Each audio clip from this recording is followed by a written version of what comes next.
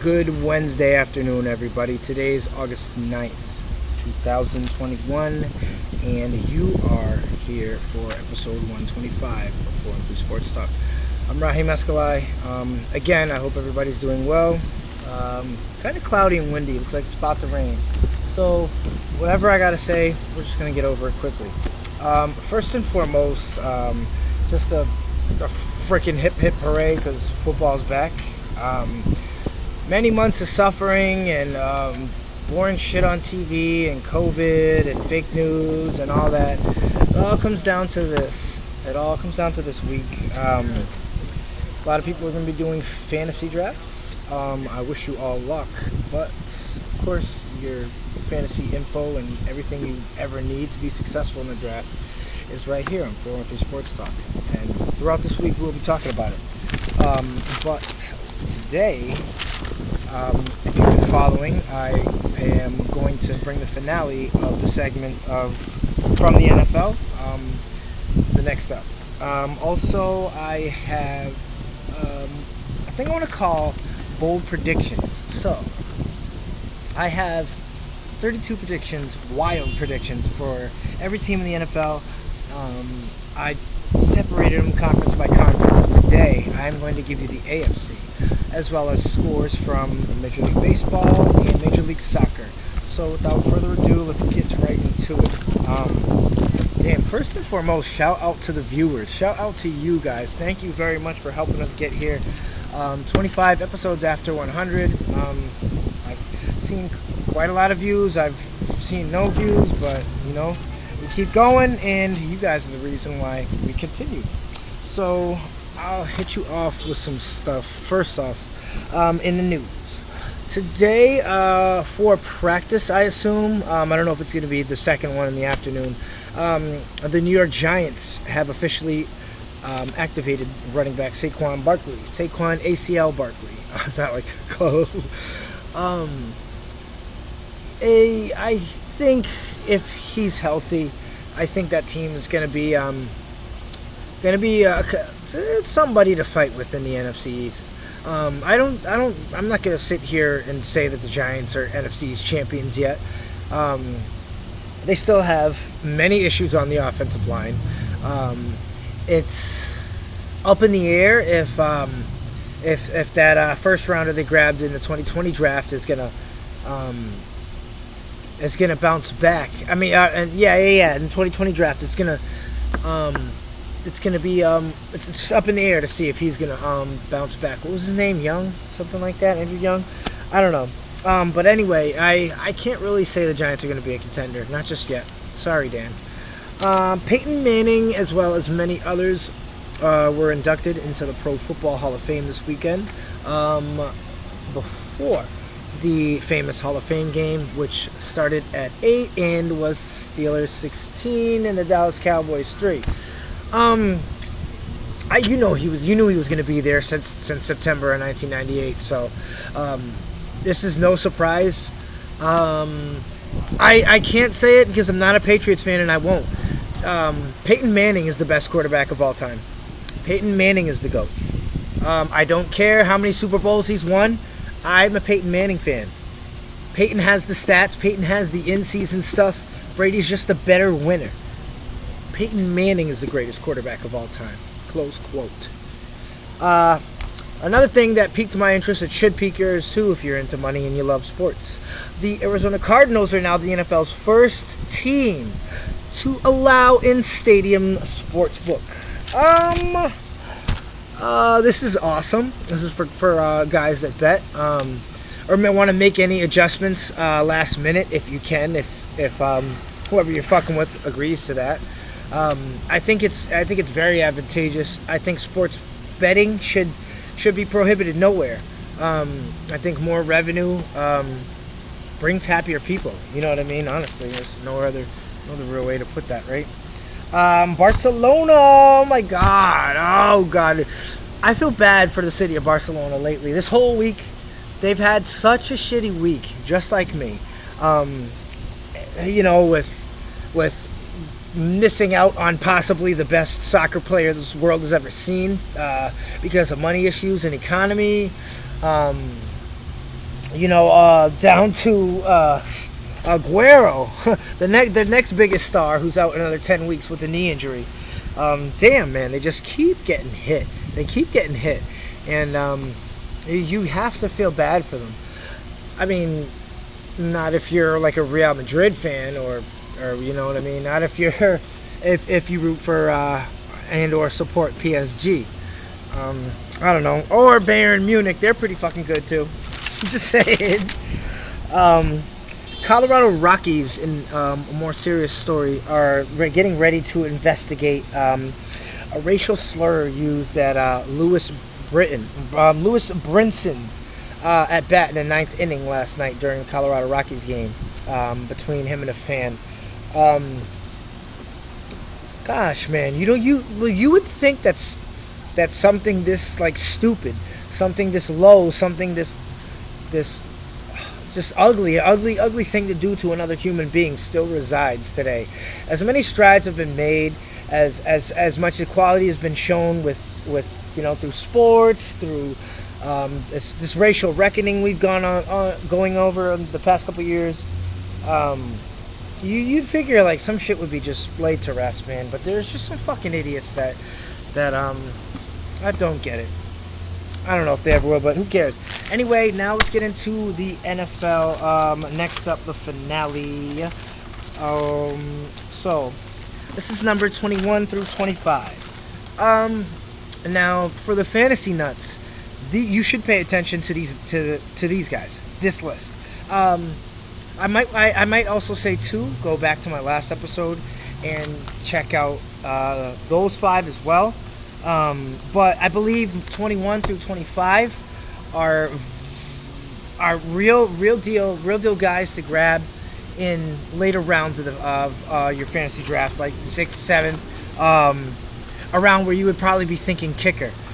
Each one of these guys I can attest for as far as film study. Excuse me. Wow. Not obviously game tape because they haven't played in the NFL much, but there is some game tape. But regardless of it all, here are my guys of the top 25, the next up list. Here we go. Pay attention, folks. Devin Duvernay, wide receiver for the Baltimore Ravens. Think Ravens, Lamar Jackson, Mark Andrews, Rashad Bateman. Who's over there? Who else is over there? Sammy Watkins, I forgot. Yeah. They just acquired Sammy Watkins in the offseason. Anyway, in the 2020 NFL draft, he was drafted 92nd overall. Regardless of this, he played 347 offensive snaps. That was good enough for what I have 71% of the Baltimore Ravens offense. As a rookie, he gets the playbook.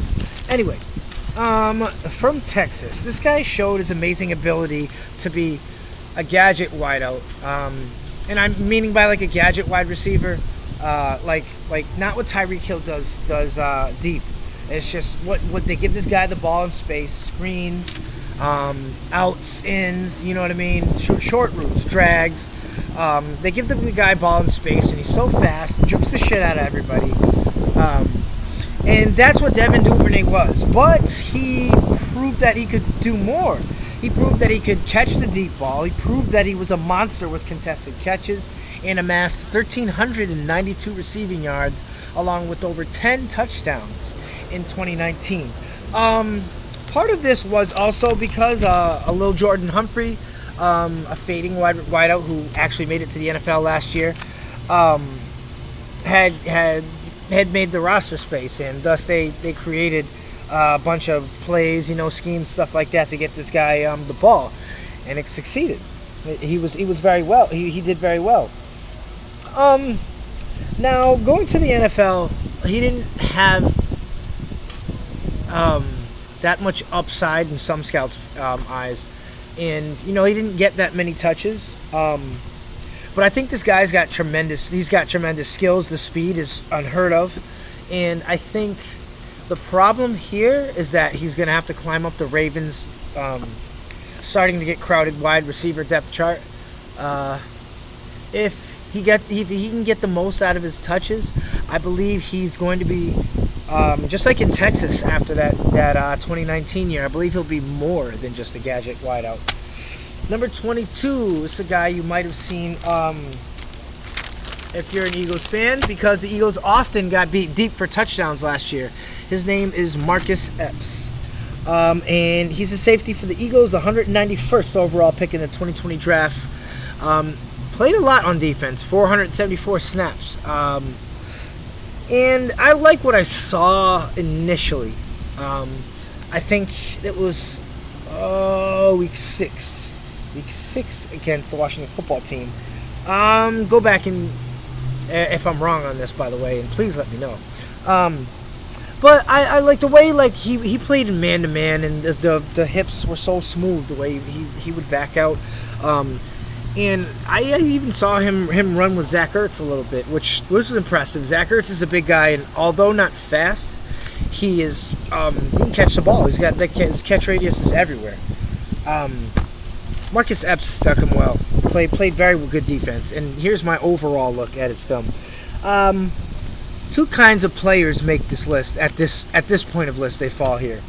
The ones with the pedigree but haven't done shit but get injured or didn't have playing time, or vice versa. This man is the latter half of what I just said. Another Wyoming product who's going to come and take the NFL by storm. Watch for Marcus Epps to not only crack the starting lineup this season, but watch him to have a Jamal Adams type of effect on the NFC East and on his team as well. Number 23, Amik Robertson, corner for the Las Vegas Raiders. I feel bad for Las Vegas. Feel bad for Raider Nation when you hear my evaluation on the secondary. When we speak about the Raiders cornerback depth chart, everyone has playing time, but they all suck. There's inconsistency just floated everywhere.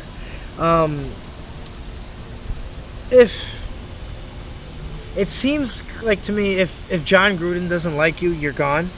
I don't understand why guys like Nate Hobbs and Amik Robertson were getting criticized the way they do, considering they are the best members of the Las Vegas Raiders secondary. They are teaching those young guys that should be coming up. Now I know a lot to be said about Damon Arnett and the way he played his rookie season.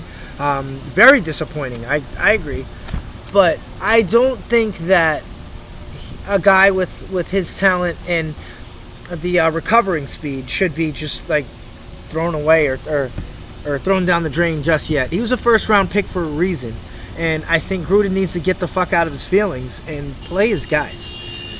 Number 24, Lucas Nyang from the Kansas City Chiefs. Not much to say here about a guy who, in my opinion, could be a starter for many of the other teams in the NFL.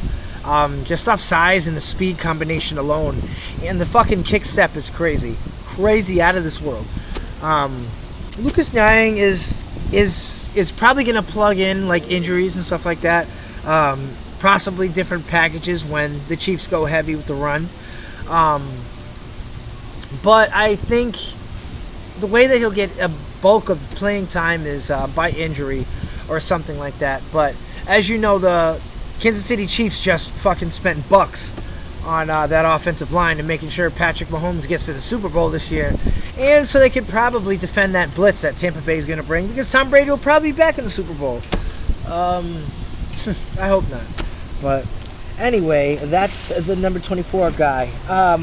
He needs to pray for an injury, by the way. And now the last on my list of the next up is my boy, Jonathan Greenard. He's a hybrid player from plays for the Texans. What confused me is what I read about him on ESPN scouting reports. His effectiveness over 265 snaps, and the Houston Texans were 4-12. with their quarterback on the brink of falling off. Now fast forward, and this guy's a captain, and he will maintain that and will be somebody who you're going to remember by the end of the season. Jonathan Graynard.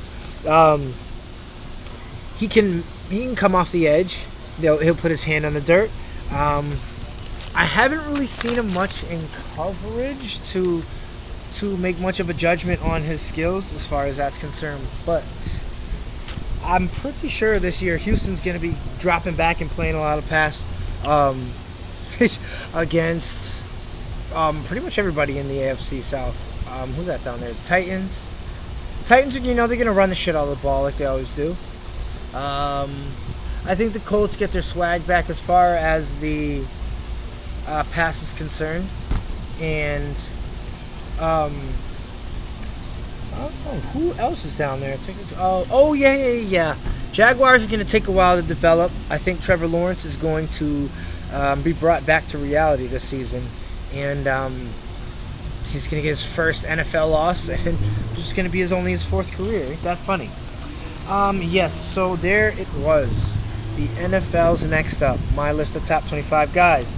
Hopefully it's accurate. Hopefully one of you guys come back to this episode and can say, yeah, that's pretty close. Anyway, let's get into some scores for you guys before I go with my last little NFL bits. Major League Baseball. I didn't really do too well on it yesterday as far as wagers are concerned. But Philly beats the Mets 3-0. Seattle beats the Yankees 2-0. That's one of the games that fucked up my parlay. I don't understand how they can have some of the best hitters in baseball and lose to some of the worst teams in baseball. Tampa Bay beats Baltimore 9-6. Toronto beats my Sox 9-8. It was a good game, although. Cincinnati over Pittsburgh 7-2. Atlanta beats Washington 5-4. And Minnesota beats Houston 7-5. Los Angeles Dodgers beat the Angels 8-2. Padres over the Diamondbacks 2-0. And White Sox beat the Cubs 9-3. So there were your baseball scores. Now as far as parlays, I don't ever recommend those. I kind of needed some money, and the exact opposite happened, I guess. So anyway, my finale for this show is my bold predictions, starting with the AFC. I call these bold predictions because it's just like wishful thinking, stuff that I think is going to happen, I want to happen, just with every team, because I'm a football guy, and, I've been going over this shit all summer. So, last night, my prediction came true. I should have wrote the date on this paper, because I really did this a couple days ago, preparing for this show. But Josh Allen will sign a massive extension by week 1. What happened last night? He became the highest paid player in the NFL right now. Well deserved. I think he deserves every single penny of that. And his kid's eventually going to win a Super Bowl. I think this year is going to be even better. And to say that about what he did in 2020, that's scary. I think every secondary in the AFC needs to be on alert. The Dolphins, I'm going to go out on a limb, but I think with the inconsistencies in which I've seen on this Dolphins team, I think Albert Wilson is going to be a factor. He's not starting, to my knowledge, but I think he is going to be a factor this year. Moving on to the Patriots. Sony Michel will be traded to another halfback-needy team. I think that is going to happen, i.e. the Cincinnati Bengals.